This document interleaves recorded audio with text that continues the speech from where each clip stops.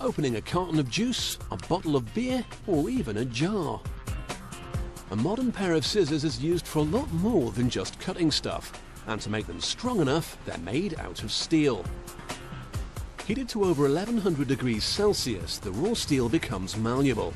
The engineer can then shape a new pair of scissors using an industrial hammer.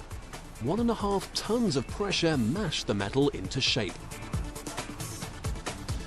Next, the two sides of the scissors are cut out by a press that exerts a staggering 100 tons of pressure.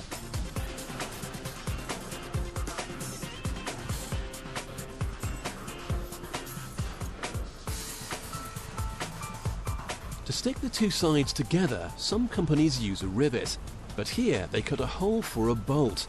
Then, if the scissors loosen over time, the bolt can easily be tightened. After the hole is threaded, the scissors are sent to be hardened. Without heating or tempering, steel is quite soft. Heating the part to 1085 degrees Celsius before cooling toughens the blade so they won't bend or break by accident.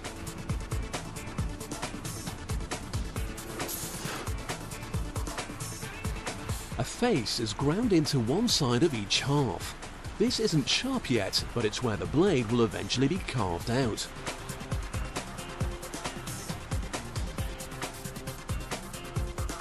Next, the eyes of the scissors are ground. It's important they're smooth because that's where the user's fingers will sit.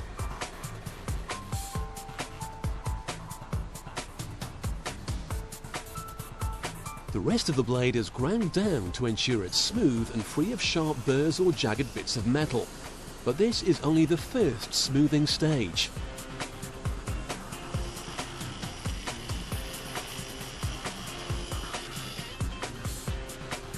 This tub is full of abrasive stones and fresh scissor halves. After 8 hours, any bumps are worn away by rubbing up against the stones.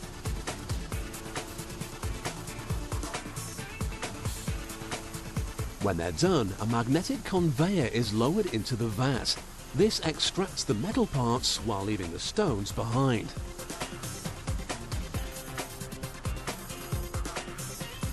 And now the scissors receive their edge.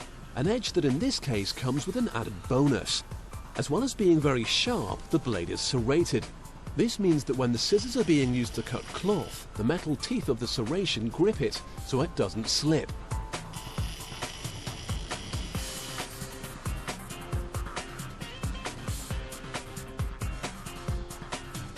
And finally, the two sides can be assembled.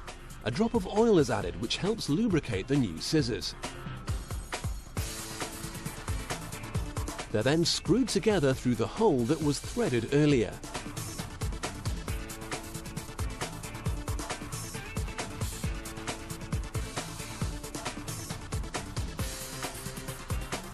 Here, the back of the bolt is flattened so it won't slip out.